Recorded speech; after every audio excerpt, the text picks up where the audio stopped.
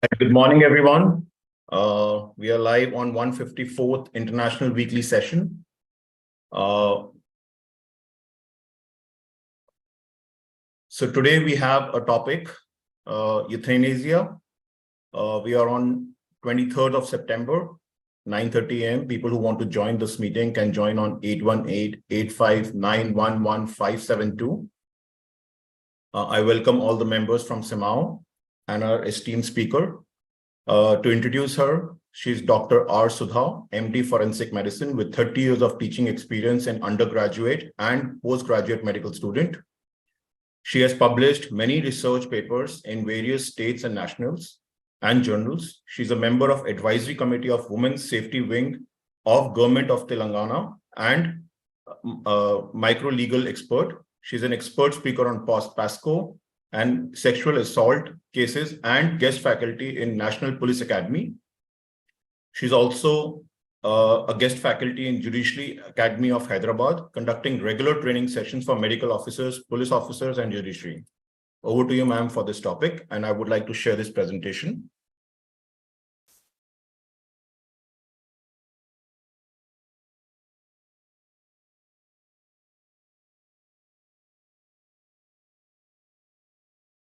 Ma'am, you can start the presentation. You are muted right now. You need to unmute yourself.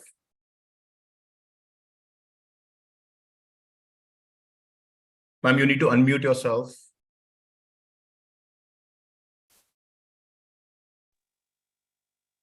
Yeah. Okay. Am I audible? Yes, thank you. Yeah. Thank you so much for introducing me. And thank you. And I welcome all the dignitaries who are participating. I welcome all the participants. Now, my topic for today is euthanasia.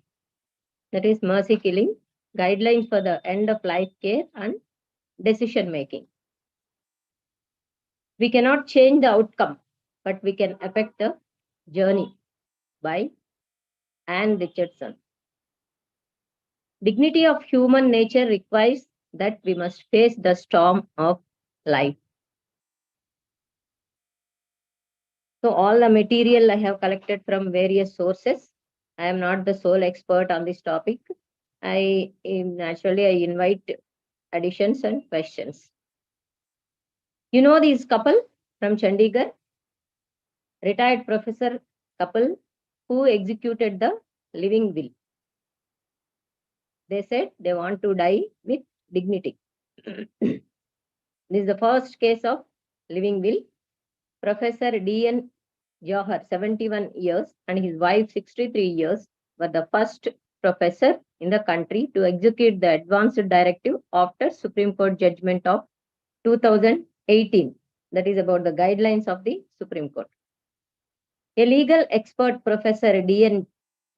Johar, is the former Vice Chancellor of Dr. B.R. Ambedkar University of Agra and former Chairman of Law Department of Punjab University. His wife retired as head of the Department of Botany in Postgraduate Government College Sector 2 of Chandigarh. They took 9 months to prepare the living will with 2 pages, sharing 3 reasons for filing the will. Right to live with dignity include right to die with dignity under Article 21. Number 2, he wants his body organs to be donated to the others. Number 3, he also wants to donate his body for the research purpose, that is for the medical schools. So now I want to discuss under the following heads: legal issues of the end of life care in India, stand of India government, the stand of Commission of United Nations Human Rights Committee, important Supreme Court judgments, advanced directive and living will, and finally conclusion. To start with the introduction, prolonging the life with sophisticated and modern methodology in patients suffering from terminal illness and vegetative state. Is it justifiable or not? Because as per the Hippocratic oath, we cannot, the primary duty of a doctor is to save the life of the patient. But can we end the life of a patient when who is in terminally ill. Now the question of euthanasia and the advance directive comes. In India, there is no legislation about euthanasia, but Supreme Court issued guidelines in 2018, which are valid till new legislation is brought out. The end of the life care is health care for a person with terminally advanced progressive or incurable illness, which include physical, emotional, social, spiritual support for the patient and their families. Finally, the goal is to control the pain of the individual. End of life care includes palliative care, supportive care, and the hospice care, the treatment in the hospitals. It requires decisions about the palliative care, patient rights for the treatment, medical experimentation, ethics and efficacy of the hazardous medical treatment, and ethics and efficacy of continued medical intervention. Because end of life care patients require a lot of medication, a lot of treatment procedures, etc. And allocation of resources to the hospital. And finally, most important, the patient autonomy. Coming to the definition, the WHO definition. WHO defines palliative care as an approach that improves the quality of life of patients and their families facing the problems associated with life-threatening illnesses, though the prevention and relief of suffering by means of early identification and impeccable assessment and treatment of pain and other problems, physical, psychological, and also spiritual. The 4 values of the medical ethics are, at the end of the life care varies from country to country because different countries have different laws and different guidelines. The 4 values of the medical ethics involved are autonomy. Patient has the right to choose or refuse the treatment. He can select the doctor, he can select the method of treatment, etc. Beneficence. A doctor should act in the best interest of the patient. Non-malfeasance. First, do not harm the patient. Whatever the treatment is given, we should not harm the patient. Justice. It concerns the distribution of health resources equally. So the medical facilities should be equally provided to the poor, irrespective of the caste, religion, and the financial status. The other 2 more values are dignity. It is the dignity of the patient as well as the dignity of the doctor. The second value is truthfulness and honesty. Informed and truthful. The doctor should not hide any secrets. He should tell the patient truth only. So, honesty should be maintained. The Indian Society of Critical Care Medicine developed directives. The physician's attitude towards the patients in ICU, how the physician has to treat. So, the physicians are trained how to treat a patient in the ICU. Physician's objective and subjective assessment, honesty and accuracy, disclosure of the prognosis. You have to tell the patient always the truth about the prognosis of the disease, whether it is good or bad. Early option of the palliative care in the prognosis. Ensuring consistency among the team, because the palliative care is a teamwork. So you have to ensure the consistency of the teamwork. Gives checklist when to put the patient on the end of life care. So depending on the rules and the guidelines given by the Supreme Court, the physician treating doctor will decide when to put the patient on the end of life care. What are the challenges faced in giving the end of life care? Dying patients are especially vulnerable, and adequate informed consent may be difficult to obtain. Sometimes the patient may not be able to give the informed consent in a correct manner. Balancing research and clinical roles it is particularly difficult. Risk and benefits of the palliative care research and difficult to assess because sometimes because of the seriousness of the conditions, it is difficult to assess the risk and benefits. There is no policy in India at the national level on the palliative care or on the end of life care. Euthanasia is an intentional premature termination of another person's life, either by direct intervention, active euthanasia, or by withholding the life prolonging measures and resources, which is known as passive euthanasia. The Oxford Dictionary says painless killing of a patient suffering from an incurable and painless disease or in an irreversible coma, when the patient is in irreversible coma. Coming to the types of euthanasia: voluntary euthanasia at the expense or implied request of that person, non-voluntary for the persons who is in coma, unable to give consent, active euthanasia or positive euthanasia or aggressive euthanasia. It is an illegal act of commission by use of lethal substances. Passive euthanasia or negative euthanasia or non-aggressive euthanasia. That is legal withdrawal of life supports like ventilator, heart and lung machines, etc. Active euthanasia is permissible in Belgium, Canada, Netherlands, Colombia, Luxembourg, and Western Australia. Physician-assisted suicide is permissible in Switzerland, Germany, Australian states of Victoria and the state of Colorado, Vermont, Montana, Maine, California, Oregon, New Jersey, District of Columbia, Hawaii, and Washington, D.C. in the US. Active euthanasia is physician or third party administered the lethal medicine. In case of physician assisted suicide, patient takes the medication on the advice of the doctor. Advanced Medical Directive. What is Advanced Medical Directive? The Black Law Dictionary defines Advanced Medical Directive as a legal document about one's wishes about medical treatment if one becomes incompetent or unable to communicate. So this is called as Advanced Directive. The three categories of Advanced Directive are living will, power of attorney, and medical care proxy. First, living will.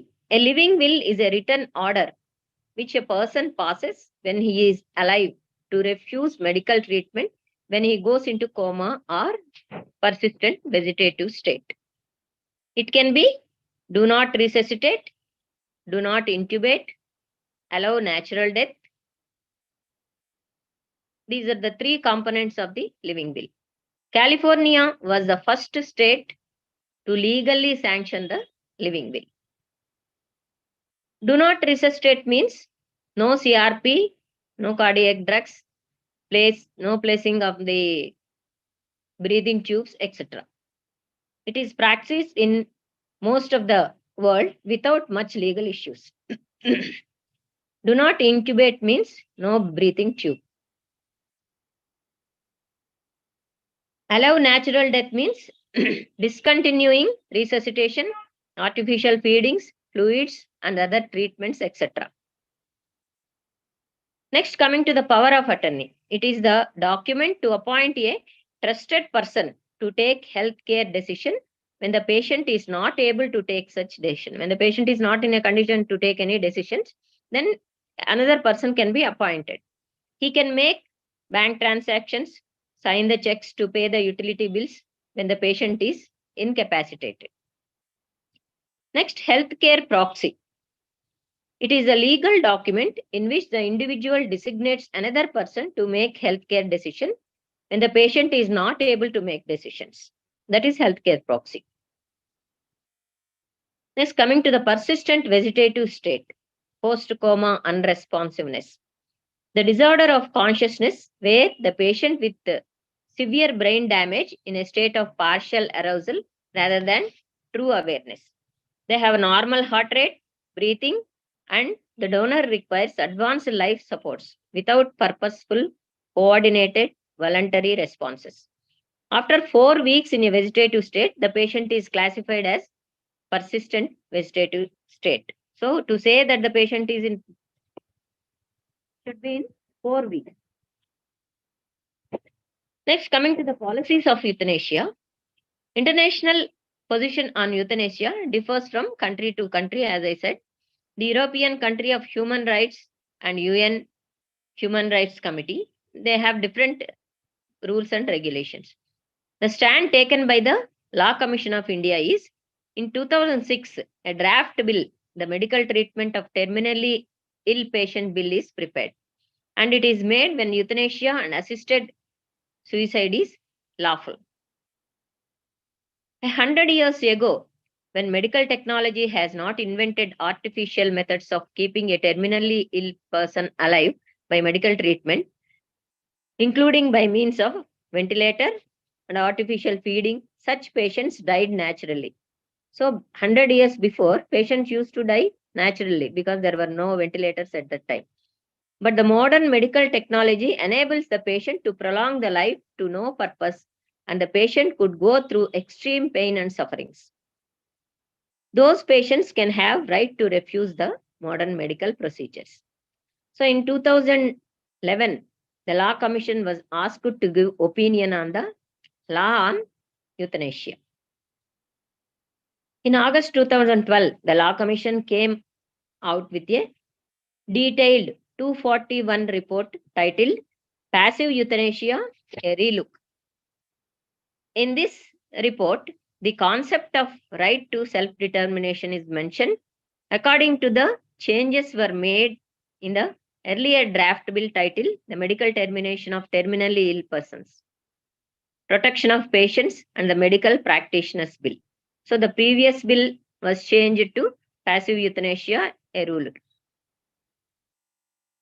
The Law Commission of India clarified that where a competent patient taken as informed decision to allow nature to have its own course, the patient is, under common law, neither guilt of attempt to commit suicide, nor is the doctor who omits to give treatment guilt of abetting the suicide or culpable homicide. So, neither the doctor nor the patient are liable for punishments in after the euthanasia policies. The stand taken by the Indian government of India was not in favor of any law on euthanasia because Hippocratic oath is against the euthanasia. Hippocratic oath says that the killing of a person is unlawful, and the most important duty of a doctor is to save the life of the patient. Next, progression of medical science to relieve pain, etc., in a terminally ill person will suffer a setback. Now, with the advancement of the medical technology, the terminally ill patients are getting relief from pain with different methodology and treatments. An individual wish to die may change his opinion in the final stages. That is another problem. Suffering is, this is the stand taken by the Indian government. Suffering is the state of mind and perception depending on various environmental and social factors. Advanced medical technology made possible for good pain management in cancer patients, etc., where euthanasia may not be required. Wish of euthanasia in mentally ill patients can be treated with psychiatric care. So, wish of euthanasia means mentally ill patients may be having some suicidal tendencies that can be treated with the psychiatric care. Difficulty in quantifying the sufferings. And can the doctor say that the disease is incurable and the patient is permanently invalid? So it is a big questionnaire for the doctor to decide whether the disease is incurable and the patient is permanently invalid. Defining bedridden patients is not medically possible sometimes. Lot of psychological pressures and trauma to the doctor who is required to conduct euthanasia.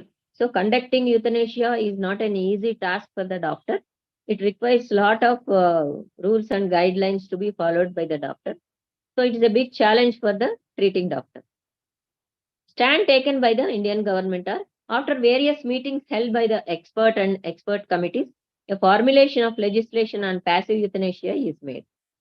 It is uploaded a draft bill on government website titled Permanently Ill Patients, Protection of Patient and Medical Practitioner Bill 2016 on 6th May of 2016, along with the explanatory brief mentioned in the Law Commission 241 report. The matter remained under consideration and the Supreme Court Constitution Bench, meanwhile, gave its judgments on the issue in 2018 by framing guidelines for advanced directive, which is legalized in passive euthanasia as an interim measure till the matter gets legislated. So in 2018, Supreme Court issued the guidelines about the euthanasia, which are followed till further legislations are made. The United Nations International Convent on Civil and Political Rights, which ensured the protection of civil and protection rights in General Assembly in December 1966, came into force on March 23, 1976. Right to Life Article 6.1 of ICCPR states that every human being has inherent right to life. The right shall be protected by law, number one. One shall be arbitrarily deprived of his life. The United Nations Human Rights Committee, the law allowing euthanasia must provide effective procedural safeguards against abuse to be compatible with the state obligation to protect the right to life. The right to life with dignity to include smoothing of the process of dying when a person is in a vegetative state or living exclusively on the artificial aids.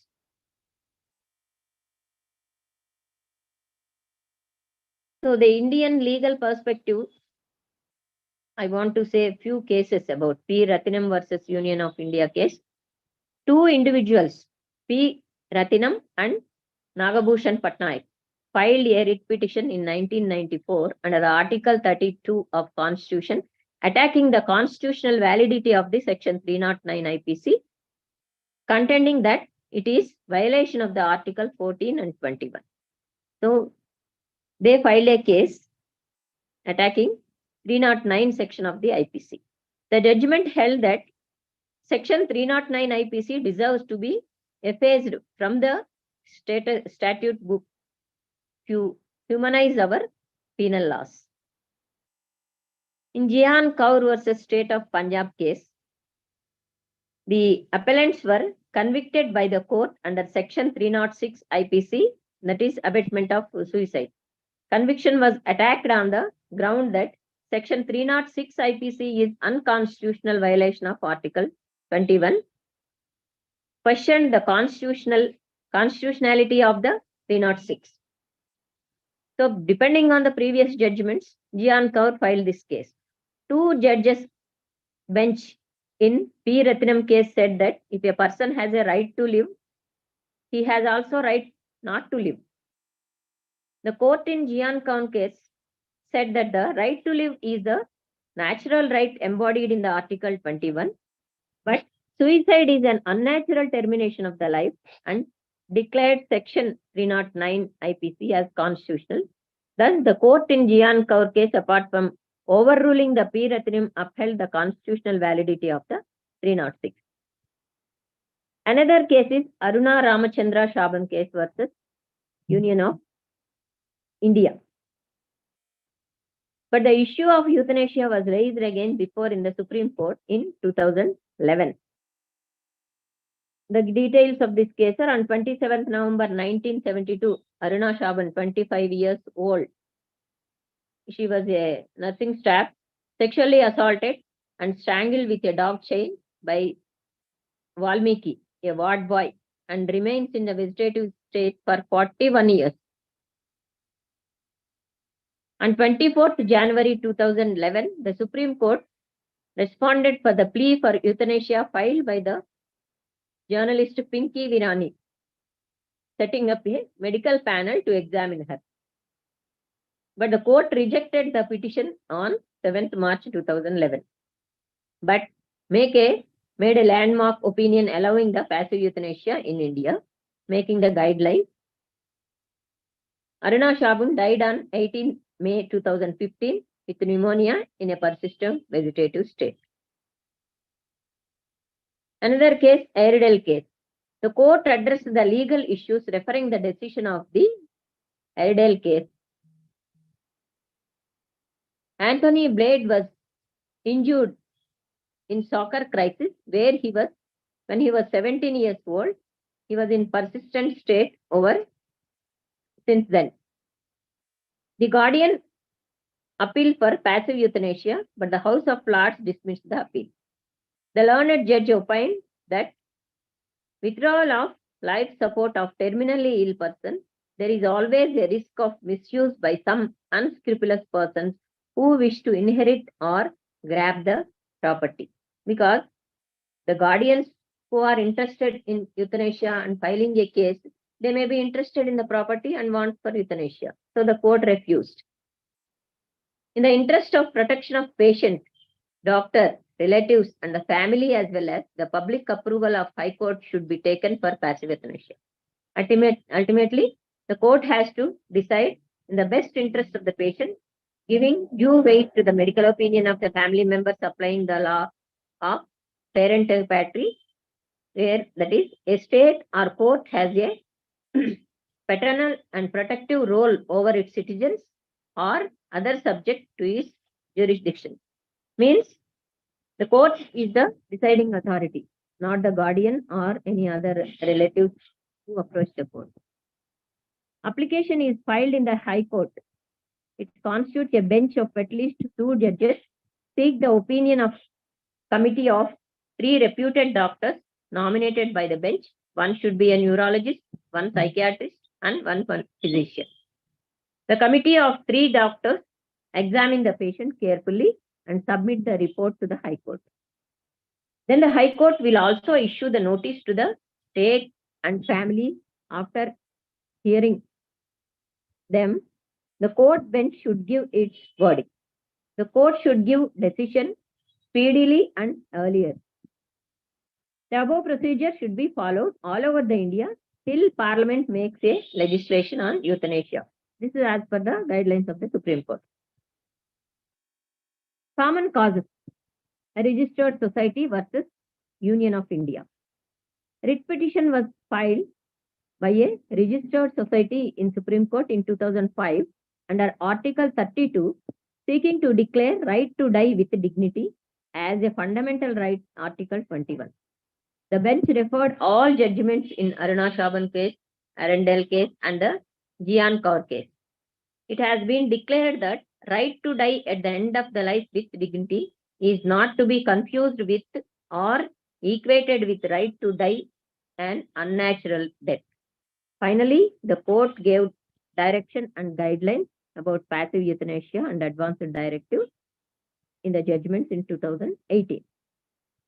And this is the flow chart of life and life issues, how the Supreme Court has given its judgment. Supreme Court of India in 94, Ratnam case, 96, Jian Kaur case, 2006, the 19th report of the Law Commission, followed by 2011, the Aruna Shaban case, and 2012, Law Commission report, 241 Law Commission report, 2016, Supreme Court of India, where a affidavit was filed, and finally, 2018, Supreme Court guidelines were issued. The directions of Supreme Court for execution on implementation of the advanced directive are, first of all, who can execute the advanced directive and how? The advanced directive executed only by adult of sound and healthy state of mind who can communicate, relate, and comprehend the purpose and consequences of executing the document. Voluntarily executed without any coercion or inducement or compulsion. There should not be any compulsion. It should be with informed consent without any undue influence or constraint. It should be written earlier when medical treatment was made, may be withdrawn. What should be the contents of the advanced directive? Number one, it should clearly indicate decision related to circumstances in which the treatment is withdrawn. Next, absolutely clear instructions in specific terms should be mentioned. Executor may revoke it at any time. So the executor, if he feels well or recovered from the disease, he may take back the will. Executor understood the consequences of executing such document. Specify the name of guardian or close relative who, in the event of executor, becomes incapable of making decision to authorize or give consent. He has to write some guardian's name or close relatives and mention. In case if there are more than one valid advanced directive, the most recently signed advanced directive is considered. Next, how should it be recorded and preserved? The document signed by the executor in the presence of two independent witnesses and countersigned by local judicial magistrate of first class designated by the concerned district judge. The witness and the magistrate record that the document executed voluntarily without any coercion and compulsion with relevant information. The magistrate shall preserve one copy in his office and keep in the digital format also. How should it be recorded and preserved? The magistrate forwarded one copy to the jurisdictional district court for registration. The copy should be registered. The magistrate informs the immediate family members about the document. A copy is handed over to competent officer of local government, municipality or panchayat. The magistrate shall hand over the copy to the family physician, if any. And when and by whom can it be given effect to? In case of executor becomes terminally ill, the treating physician ascertain the genuineness from the magistrate before acting upon. It should be given effect only after being fully satisfied that the executor is terminally ill and incurable. The physician informs the same to the guardian for the withdrawal or refusal of the treatment. The board constituted by the collector in case of executor is incapable of making decision, the board will take the consent of the guardian. The chairman of the medical board conveys the decision to the magistrate before giving the effect. The magistrate will visit the patient before implementing the decision of the court. The executor can revoke the document at any stage before implementation. What if the permission is refused by the medical board? Suppose the medical board refuses to give permission for withdrawal of the life supports. What is the next step?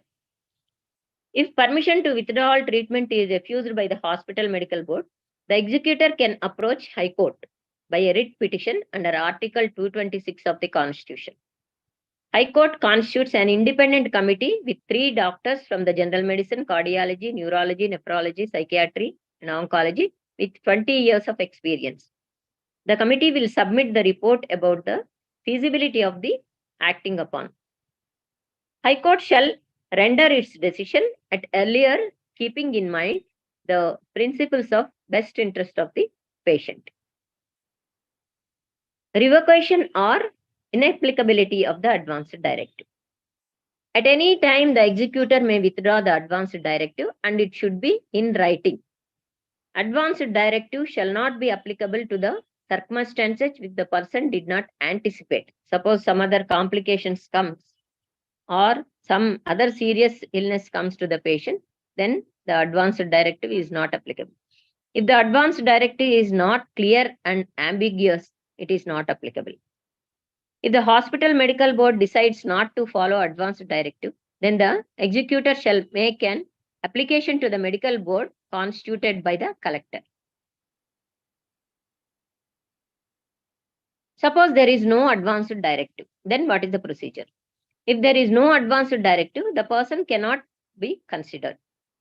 The next procedure is, if a person is terminally ill with incurable disease, the physician constitutes a hospital medical board and discussing with the family physician and the family members in writing. If the consent of the family members, a preliminary opinion is prepared. If the medical board decides to withdraw the medical treatment, it informs the collector and who in turn constitute a medical board with district medical officer. They visit the patient and take decision regarding withdrawal of the support treatment, which is intimated to the nearest judicial magistrate and the family members. The judicial magistrate visit the patient, verify the record before endorsing the decision of the medical board. If the medical board denies permission, the nominee of the patient can approach the High Court seeking permission under Article 226, as I told you before. The High Court again constitute an independent committee of doctors taking decision at an early possible with the best interest of the patient. It shall be kept in the digital format by the registry of the High Court, which shall be destroyed after expiry of 3 years after the death of the patient. So all the records should be kept till 3 years after the death of the patient. The advance directive shall remain in force till the Parliament makes a legislation. A survey was conducted on the living will. Living will survey was conducted by the healthcare service providers, healthcare at home in 7 cities: Delhi, Mumbai, Kolkata, Hyderabad, Bangalore, Chandigarh, and Jaipur, with a sample of 350 to 400 per from region. That is total 2,400, to increase the publicity and awareness of the living will, because most of us don't know what is the living will. A year after the Supreme Court judgment in 2018, a living will survey was conducted by healthcare service providers, healthcare at home. Survey was guided by the End of Life Care in India Task Force, whose members include the Indian Association of Palliative Care, Indian Society of Critical Care Medicine, and Indian Academy of Neurology. Objectives of the survey was to make the awareness of the concept of living will. So the results of this survey was 85% of them do not want to cause mental and financial trouble to their family in their last days. 74% have not thought of dying, not financially secured their family. 26% has secured their family financially. Of the 4 age cohorts, 25 to 50 years group, 97% wanted choice of treatment line and 36% were aware of living will. In the age group of 36 to 50%, there were no findings. In the age group of 51 to 60 years, only 21% were aware of the living will. In 60 plus, 94% of the people wish to cause least trouble to their family members, obviously. Among respondents who were aware of the living will had living will in 17% in 60 plus age group, less than 1% in 36 to 50 years group, 0 in 25 to 35. Finally, 76% found the concept highly relevant, 15% they require more information, 9% found the living will irrelevant and immoral. So, to conclude about the euthanasia, in the beginning itself, I told you the Hippocratic Oath puts a moral and professional duty upon the doctor to save the life of the patient. So, as per the Hippocratic Oath, euthanasia is illegal. It is not against the medical ethics to let the patient die. So, if we allow the patient, if the doctor's interest is to save the life of the patient, is it not against the medical ethics to allow the patient to die? Further advancement in medical sciences has complicated the issue, like continued research is being done to increase with the modern medical technology, and not only for curing the disease, but prolonging the human life. With the passage of time, Supreme Court has expanded the spectrum of Article 21 to include the right to live with dignity as component of right to life and dignity. The right to live with dignity also includes smoothing of the process of dying in terminally ill patients and also with persistent vegetative state. The advanced directive has gained lawful recognition in several areas by way of legislation in certain countries. In terminally ill persons or people with PVS with no hope of recovery, priority should be given to the advanced directive and right of self-determination. This is about the euthanasia and the euthanasia law in India and different countries. Thank you so much for patient listening. Any questions, additions? For a very detailed uh, highlighting the issue, I think it's one of the very important topics in not only in India, but various parts of the world. So I Yes. would like to invite all the members to share what's going on in their country, to speak about this topic. If you have questions, I think it is not only in the interest of medical profession, but also in the interest of patient's life. I think we have seen a lot of times patients calling in, we don't want to die in a hospital. We want to live a healthy life. We want to, enjoy the life till last moment. So I would request all the members to unmute themselves and please come up with the questions if you have, or please come up with thing. We have Dr. Chong here, and he's a chair for CMAAO. Dr. Monica, would you like to add something before we can move forward? She's from United States. Thank you, Yes. Dr. Sudha. Your presentation was fantastic. Thank It you. was very comprehensive, and it's covering a very large topic that is Yeah. different in different jurisdictions. It's got an intersection of health, of ethics, of legalities, judicial systems. And it really is a conversation about how society looks at death and dying. Yes. And the bottom line is death with dignity. And I think this is a very important topic to bring up because it reminds us that this is something that we need to familiarize ourselves, whether we deal with this in our own family or with the patients that we treat. So thank you for a great presentation. Thank you. Thank you, ma'am.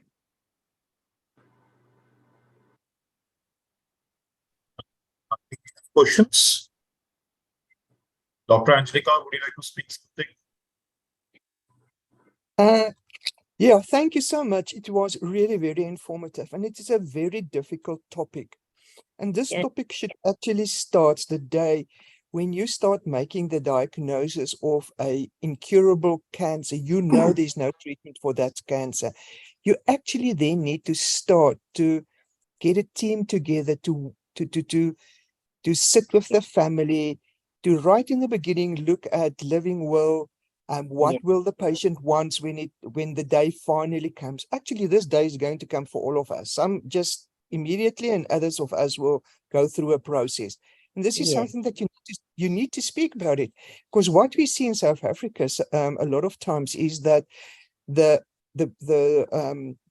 wife understands, and she doesn't want the husband on any life supporting equipment. The children are against it, or vice versa. And then you sit in the middle and you watch Yeah. this fight Yeah, going yeah. and play off. And we need to talk about this. Thank you so much. Very, very informative. Thank you. Thank you so much. Dr. Wazir, any comments? Thank you.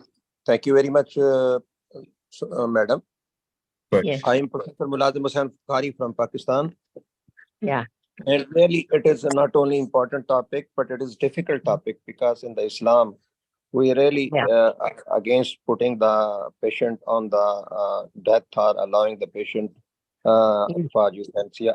I put the two examples during the pandemic in at Lahore. There were two Yes. doctors, Yes. and both were professors. Mm, Because yes. in our concept, the life is a gift of God, and it is owned to the God. Wherever the God will give you the life, you have to continue it. Yeah. Against Yeah. it, yes, against it is very difficult to make the Decision also. result and the guidance. Yes. That is called the will, because when there you also mentioned in your lecture that there is some interest of the property or something else. Yeah, Then yeah, again, really. it is very difficult to make the Right. decision and the will. Yes. And I put the two examples. There were two professors in 2021, and both were critically ill, and the doctors said that there is no chance of their survival. Yes. And they, at that time, there were very few ventilators, and pandemic patients were coming.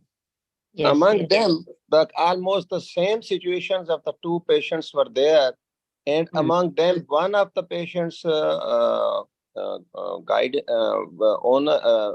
wife asked Yes. that you allow the ventilator to put up. While on the other hand, there were three daughters of the other doctor, professor, and Okay. they wanted that their ventilator should be continued. After Oh, 30 days, I gave you example. He is still alive. yeah. After 30 days, the patient survived. Even the condition was similar after their X-ray. So it is in our Islam, we do not allow, and it is Yes. very difficult to decide the terminal patient, Yeah, terminally we ill cannot patient. decide because the We doctor may cannot be sure decide that later. you can that in India and Pakistan we also believe on the miracle, and it is usually come Definitely. from the Allah and the God. Obviously. And Yes. thank you very much for this topic. And my professor of forensic medicine is there also, Professor Abid Karim. And Yeah. if he wanted to add something, because it is no doubt very topic important. Yes. I personally attended a conference in the India in New Millennium in New Delhi, and Okay. it was on the same topic. And even so, these are very difficult topic. And Yes. we as a doctor, it is not our authority, because Yes. autonomy of patient you mentioned is very important, and justice is Yes. very Yes. important to make Yes. for the ethical issue. Thank you so much, Thank Saurabh, and you. thank you very much, madam. If Dr. Abid wanted to do, because he is the head of the department and forensic medicine, professor of forensic medicine. Thank you so much. Thank you, sir. Thank you. Hello, good morning. Definitely, it's a very difficult topic, and it's a very difficult decision to make to decide whether the patient should be allowed to continue the life and wait for the nature to help him or not. As Professor Mulazim said, in our Islam also it becomes very difficult. I had in my life the same situation last year, when my elder sister, who is also a gynecologist, suffering from the COVID and very ill, our daughter and son, they refused to put her on assisted ventilation, and saying that they don't want to give misery to their mother. So we had no choice except to accept their children bill, and she died without any assisted help. But I am still, busy that we should have helped her and seen if we could help her with the ventilation. Also, all the facilities are available for her. So again, this euthanasia remains a very difficult topic, and all the laws may be on one side, but the will of the family remains on the other side to decide what to do. And definitely the role of state and the role of medical community should also be considered in that. And it may overrule the decision of the family in this regard. Yes, Thank sir. you. Thank you. Sam? Hi, good morning. Thank you, Prof. Excellent presentation. It's a concern. One of my patients is a chronic disease. He's been suffering. Then he told me, Doctor, can you advise me how I must continue my life? But if I exceed above 90 years, tell me, I want to die. I don't want to live beyond 90. And I must advise. It's now my conscience, my moral, my ethics. How do you, in your experience, how do you handle that type of situation? Thank you, Prof. Thank you. We should follow the state law. we should always follow the state law. What is prevailing with the state, we have to follow the rules and regulations. Otherwise, we will be in trouble. The doctor who conducts euthanasia under great pressure. So we have to observe the rules and guidelines given by the courts and the case guidelines. Then we have to follow the state law. Yeah. Thank you. May I say, Sora? Yes, go ahead, Dr. Nagin. Thank you very much. Thank you very much, Professor Subha, for very interesting indeed. It is difficult, everyone knows, because everybody wants to live. To my understanding, that it all is about the psychogenic and what the decisions that people, they want to come and say end of life, that is about the socio-economic. As far as the part of the world where we people are living, like India, Pakistan, Bangladesh, and so on, and all the countries, even in the United States. This is the phase when very poor person, and your study also showed that above the 60, when the people, they don't want to put some pressure on their family, and they decide to end of life. I would like to share just as CMAAO, hence we are having CMAAO, and Dr. Chong, I'm sure that he may recall when it was in Japan, we had a very long discussion on euthanasia. And at the end of the decision, when the World Medical Association, they wanted to have some, concern about euthanasia from the CMAAO, it was been left over, and we agreed to the code, what as a doctor, that we should try our level best to save the life, not to advise to die, but to save the life. That was the conclusion where we had been there, and it all was from the Asia. So thank you very much, Professor Sudha. Nice to see your family behind your where you were asking to stop, but it is so clear. Thank you very much indeed. Thank you. Greetings from Lahore, Pakistan. Thank you. Thank you, sir. Thank you, Prof. Ashraf. Thank you, Dr. Sudha, for the beautiful presentation. Just to follow up on Prof. Ashraf, yes, I recall that what I said was, in Asia, because fortunately, the dying patient has a lot of support from his family, his clan, his extended family, his clan, and so on. So there's a huge support from his family. So we're less likely to find that the need for euthanasia, in Asian societies generally as a whole. That was something I observed, and I don't know whether you think that's true. Yes, sir. It's true, but some illegal things are also going on, because in rural areas, some people, old people, they don't feed them, they don't give them proper treatment. In that way, we are indirectly encouraging passive euthanasia. To cut short that, there should be a law. That is my opinion. That's all. Yes, I see the wisdom of where you're coming from. Thank you. Any other questions from the floor? Dr. Chong, just Yes, for Pakistan has now established legislation which is against and says which is not a successful suicide, the person is being punished. For the punishment, here we have the legislation in Pakistan. So it is very, interesting and funny at the same time too, at least to me as a humanist. The psychology of Pakistan, but we are prevailing over here, that if a person doesn't have successful suicide, he has to face the law. So that is what in Pakistan we are facing at the moment. Thank you. Oh dear. Yeah, sad to hear that. I think in Singapore we have AMD, Advanced Medical Directive.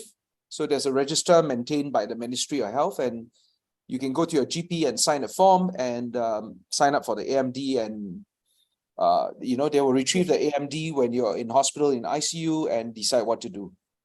So that's the situation in Singapore. We don't have euthanasia in Singapore, but I don't think there are any plans to look at it at the moment. But I wish my New Zealand and Australian colleagues are here, because I remember the Parliament passed some law last year or the year before about something about euthanasia. If you can cover about the newborn suffering babies on this topic. Yes. Newborn suffering. For newborn babies, the guardian who will decide, parents or the guardians have to decide. Because there is another law which is abortion law. So they can go for abortion if the baby is with multiple fetal anomalies and all. It is not actually related to euthanasia. So there is a separate law for the newborn. Okay. So If there are no other questions from the floor, I'd like to call a close to the meeting and thank Dr. Sudha for her wonderful presentation. And this is always a timely discussion on this topic. It never goes away because there's always a huge need by society to address this particular issue. I mean, it's not an easy issue and therefore it's many times controversial, difficult, full of landmines, full of pitfalls. But I thank Dr. Sudha for her wonderful analysis and presentation. Thank you very Thank much. Thank you so much. Thank you for giving me the opportunity. Thank you. Dr. Sudha for enlightening us for this topic, and we would like to wind up this meeting for now. Thank you, members and all the audience for joining in. See you again. Thank you. Thank you so much. Bye. Take Bye, care. Doctor. Bye, Anjali. Bye, Monica.